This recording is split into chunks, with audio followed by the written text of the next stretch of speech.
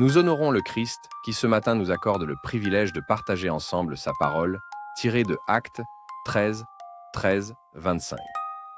Paul et ses compagnons se rendent à Antioche. Et une fois le jour du sabbat arrivé, ils vont à la synagogue.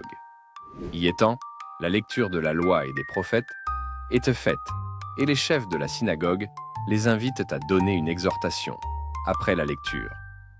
En effet, dans les synagogues, la parole était donnée généralement aux rabbins, aux chantres, à Zan, et à d'autres personnes qualifiées pour la lecture de la Torah et des prophètes. Mais ici, dérogation spéciale est faite. La parole est donnée aux apôtres de Jésus, étrangers des lieux. C'est la reconnaissance de ce qu'il y a aussi du bien en d'autres. C'est une valeur chrétienne. Frères et sœurs, les leaders de la synagogue ne prennent pas la parole après la lecture de la loi et des prophètes faits, mais ils donnent la parole aux disciples de Jésus-Christ. Quelle leçon de vie! On peut aussi permettre à quelqu'un d'autre de nous édifier, de nous enseigner, et ce, même dans notre espace, sans qu'il n'y ait crash mondial. On ne brime pas les disciples de Jésus dans ce cas. On ne confisque pas la parole. On favorise une liberté d'expression pour eux. Les chefs de la synagogue n'ont pas fait comme certains de nos chefs de famille qui briment les membres de la famille et refusent qu'ils s'expriment.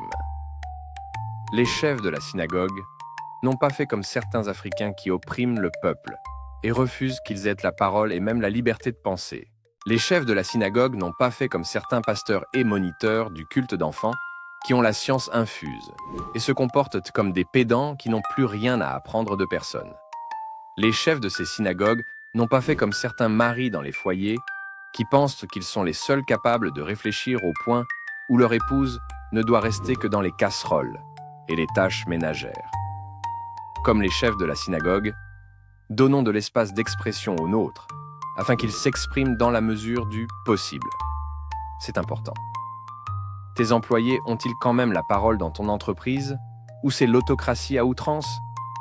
Seigneur, nous te demandons pardon pour toutes les fois où nous avons brimé les gens alors qu'ils méritaient de prendre la parole. Pardon pour toutes les fois où nous avons privé les gens de la liberté de la parole. Aide-nous à apprendre des autres sans nous prendre pour des pédants. Bon début de week-end à toi au nom de Jésus-Christ.